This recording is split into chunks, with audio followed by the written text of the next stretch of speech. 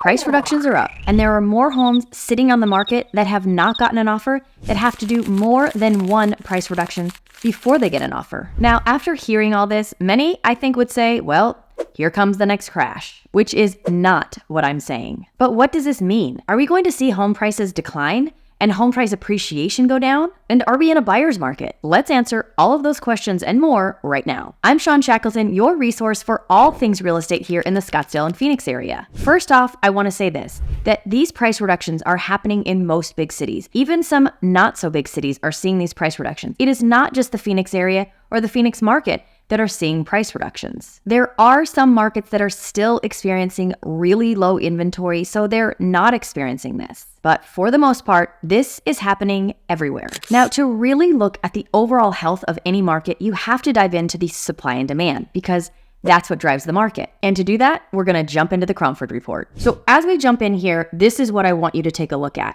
Right now, this shows you June 1st, and we have 16,189 homes on the market. Versus this was our COVID craziness. And we were at 7,000. We dropped down to 5,000, 4,000, 4,100. I mean, this was crazy low. Then we got 6,000. And again, then we started to drop down 4,500. This was during that COVID craziness. And this was the lowest that we had ever seen our inventory. But where we are currently at 16,000 is not the highest that we've been. When we go back to 2014, and there's a reason I'm going all the way back to 14. We'll get to that in a little bit. 2014, we had 22,305 listings available on the market. Then we got into 2015 again, 21,000, 18, 17. Then into 2016, we were at 21,000 again, 20,000 listings. So we had a lot more listings back in 14, 15, and 16. Even when we got into 2017, again, we were at 18,000, 17,000. And into 19, again, 16,000. We're a little bit closer to where we are now, but we had a little bit more homes going under contract, and we'll get to that. Now, here's where the big difference comes when you start looking at supply and demand. We go all the way back to 2015, and let's take a look at this. 2015, although we had 21,000 homes on the market, we were showing about 12,000 homes under contract. We do the same thing here in 2016. We had 19,000 homes on the market, but again, about 12,000 homes under contract. Let me go all the way back to this first one in 2014. 2014, we had 22,000 homes on the market. We had 7,300 homes under contract.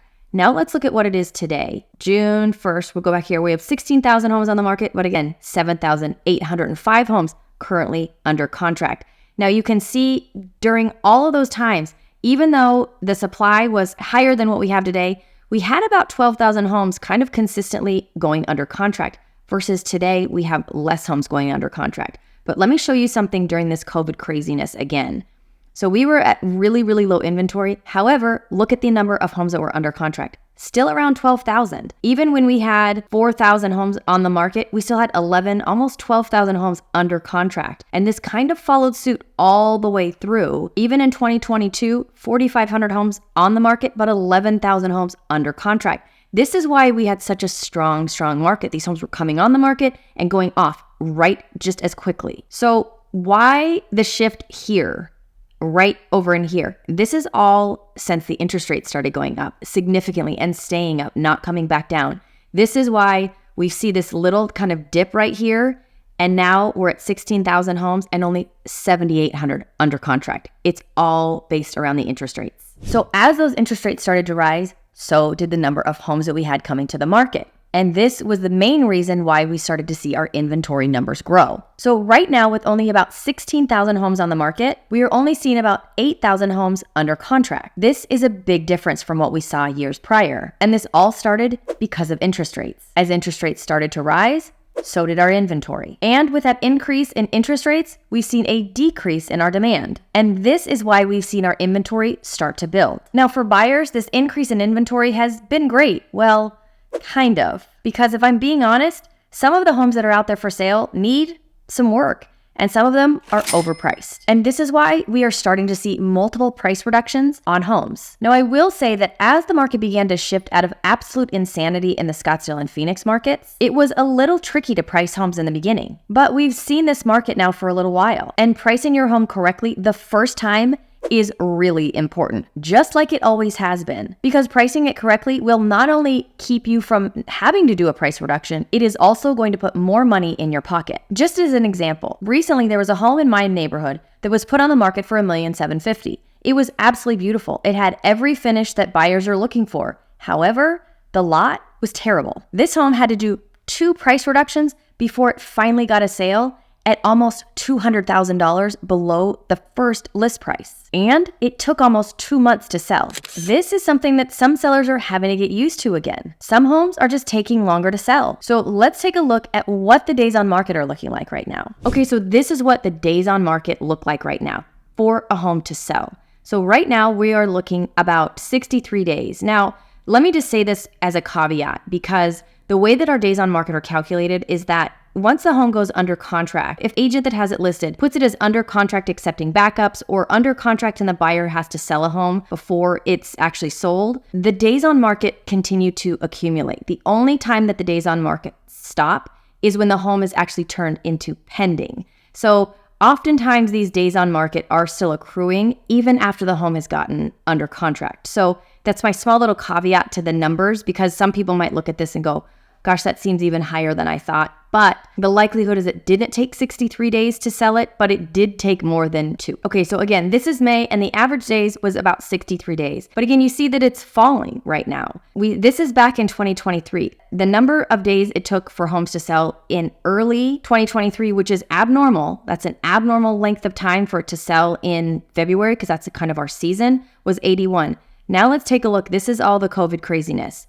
But again, you're looking at 26 days, 29, 30, down here to 25. Again, my caveat is these probably took 2 days to sell. But remember when everything was happening back then, people would put their home on the market. They wouldn't review offers until Tuesday. So although they had maybe multiple offers, they weren't accepting a contract for a few days. Then they made it under contract accepting backup, so the days on market were still accruing. So again, this probably took hours for some of these homes to sell, but it's saying 25 days. Now let's look back before all of this happened. Again, the numbers we're seeing as far as days on market are not out of the ordinary. And again, you could kind of see how the cycles of our market kind of shift and the days on market fall. So all the way back to 2015, we're seeing 91 days on the market. Into 2014, 81 days on the market. So although our days on market are growing, it's not exponentially larger than what we've seen over the last, say, 10 years. Now, I always like to keep things in perspective. So after talking about all of this, let's take a look at the actual number of price reductions that we're seeing in the market right now. Okay, so here's a chart showing us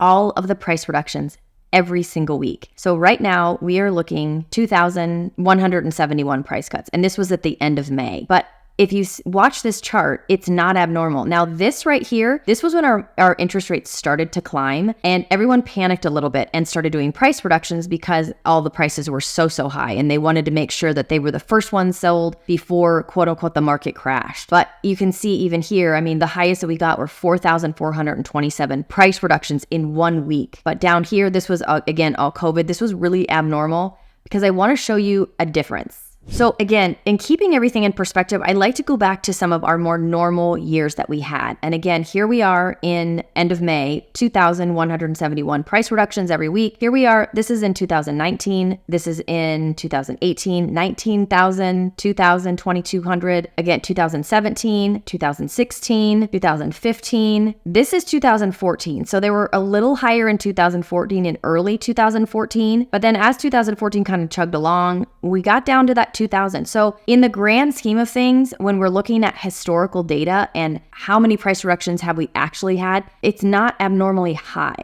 Now I want to look at the Cromford Market Index and show you some historical data. And if you've not heard me talk about this before, when we're looking at that index, anything above 110 is in a seller's market, anything below 90 is a buyer's market, and that all that space in between, that's a balanced market. Now, before I jump into this chart, I want to bring this up too, because oftentimes you'll hear agents and even some analysts use month supply of inventory as the barometer to say whether you're in a buyer's market and seller's market. And they'll use that 6-month time period. So if you have more than 6 months inventory on the market at any one time, then the thought is that it's a buyer's market. Anything less than 6 months, then it's a seller's market. I use the Cromford Market Index because it is much more accurate. So it does not follow the same 6-month rule. Is that a barometer you can use? Sure, but this one is a lot more accurate. Okay, so here we are in the Cromford Market Index, and this is as of June 1st, and you can see all the lines. I mean, it looks a little crazy. So just to give you some perspective, here's 100. So again, 110, and we're in a seller's market, below 90, and we're in a buyer's market. So this is kind of that balanced area. That's kind of where we're sitting right now. We were in a small little seller's market, and today, here we are, we're at 106. So we're sitting right in that balanced market area, right below a seller's market. But you can see kind of in 2023, what we did, we kind of rounded up, kind of came up out of balance, out of almost a buyer's market into a seller's market, and then kind of dipped back down again. This is crazy. This was 2021. We kind of saw a little bit of the seasonality in our market, but not a ton. This was 2022. Again, we were crazy. Interest rates started to spike. Inventory started to go up. Our Cromford Market Index started to come down. This was that free fall that everyone thought, oh my gosh, here's the other crash that's coming. It then balanced out, and we just started riding this right here. Now, here's the reason that I have continually brought up 2014 in this video. If you see, this is 2014 right here, this other line right below. We're kind of following suit right along with 2014. And you can see this is 2015, this blue line that's right above it.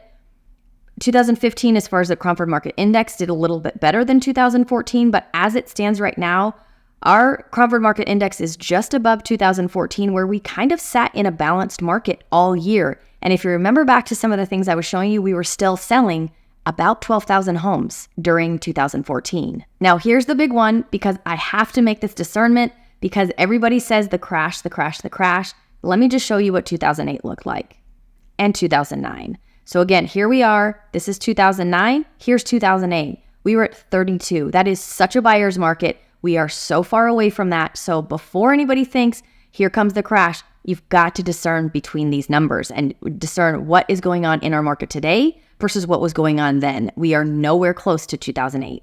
So as you just saw from the Cromford Market Index that we just looked at, we are really sitting right in a balanced market. We've kind of jumped into a baby seller's market earlier this year, and now we're kind of sitting in that balanced market. And when we sit in that balanced market, what happens?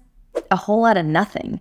We don't really see a lot of prices increase, but we don't see a lot of prices decrease either. Now, you might be saying to yourself, well, Shawn, you just said that prices are being reduced, so doesn't that mean that prices are coming down? Well, not really. Just because you lowered the overall list price of your house does not mean that you've actually lost anything on a home price appreciation. Remember what I said right now? Some homes are overpriced. And Danielle Hale, Realtor.com's chief economist, just said this in an article. The market could probably absorb some decline in home prices without a major knock-on effects. Now, just so you can see for yourself on the price appreciation, let me show you this chart. So as you can see from this chart, beginning January of 2024 this year, our median sales price has done nothing but go up. In fact, it is now up higher than our previous peak, which was May of 2022. And instead of looking at the median, if you looked at the averages, the prices are even higher. After coming out of one of the craziest real estate markets that anyone has ever seen, we are now getting back to our normal seasonality in our market, which many may have forgotten about. So let me just show you what's been happening with our inventory. Okay, so here is a chart that's showing the active listings. Now, this looks like spaghetti on a wall, I know, because there's so many different lines, but this shows you all the way back to 2020. Here we are, 2020. This was COVID. We saw that big spike, and then we started to drop. 2021, we kind of had a little bit of the normal seasonality in our market, but again, the inventory dropped, everything was going crazy. 2022 started, we started to see interest rates rise, and this is why we started to see this inventory increase as much as it did. And then it started to kind of come down. Then we saw 2023, and everyone thought, well, inventory is going to stay up. But it actually started to fall a little bit here, rise again, and then fall again. This little tail, normal in our seasonality. Now we start in 2024, and again, we've just kind of been on this steady rise without a lot of seasonality curves to it. So now let me take away some of these so that you can see what the normal seasonality looks like in our market. So again, I'm going back to that 2014 because we saw on the Cromford Market Index, the Cromford Market Index is kind of following 2014. But let's see what the distinct differences are when it comes to inventory. This is 2014, 23,000 homes on the market, 25, 27. But again, normal inventory starts to rise January, February, starts to fall down into the summer. We see another little peak and then it dips down at the end of the year. We've got 2015 that follows the same pattern right here. And then 2016 follows the same pattern, but inventory was starting to decrease. So this just gives you a really good visual example of what the normal seasonality looks like in our market with the rise and fall of inventory. Now, something that is worth noting, because it's something that's come up a few times with clients that are moving from another state, and you can see it from the seasonality that we just looked at in our market. We don't have the same push for sellers to get their homes on the market, for buyers to buy, close on the home, get settled all before their kids go back to school during the summer. In fact, here, if people can put off or not move at all in the summertime, they will. Now, as much as this has to do with the heat, this is also because we have open enrollment here for schools. In other words, as long as the school has space, the kids are accepted, you can put your kids in any school that you'd like. You don't have to move into the quote unquote right school district so that your kids can go to that school. That is just not as much of a critical thing here. All that to say, it does not mean that homes don't sell during the summertime, because they do. It just means there's not that urgency for everybody to get that done during the summer before the kids start school, and so that you're in the right school district. So while we are seeing our demand weaken, which is due to the rising interest rates, the fact is that even with the higher interest rates, we are seeing more homes under contract right now than we saw at the end of 2014. And in 2014, the interest rates were between 4 and 4.5%. This tells me our market is not crashing. Could things change? Of course. And the one thing that would bring the biggest change is unemployment. But right now, that's kind of holding steady. And while our demand has weakened, the reality is to make home prices drop, we would need to see a significantly higher number of homes on the market. I mean, like a flood of inventory. And because many sellers feel locked into the interest rate that they got back during the COVID craziness, they are not willing to put their house on the market and lose that interest rate, which means that the only other place we can get that flood of homes from is new construction. And since 2008, new home construction has really slowed down. They found themselves caught out in 2008, and they are not making that mistake again. So as crazy as this sounds, we still do have a deficit in the number of homes on the market for the number of buyers that we have. Just the number of buyers that we have right now in the market is lower. But when the interest rates change and the buyers decide to get back into the market, we will very likely see what we saw before. We will see a shortage of housing. And the big question for that is, when will that happen? And the real answer is, no one knows. Now, if you'd like to learn more about how the Phoenix market has changed, make sure you take a look at this video. As always, I thank you for watching, and I'll see you next time.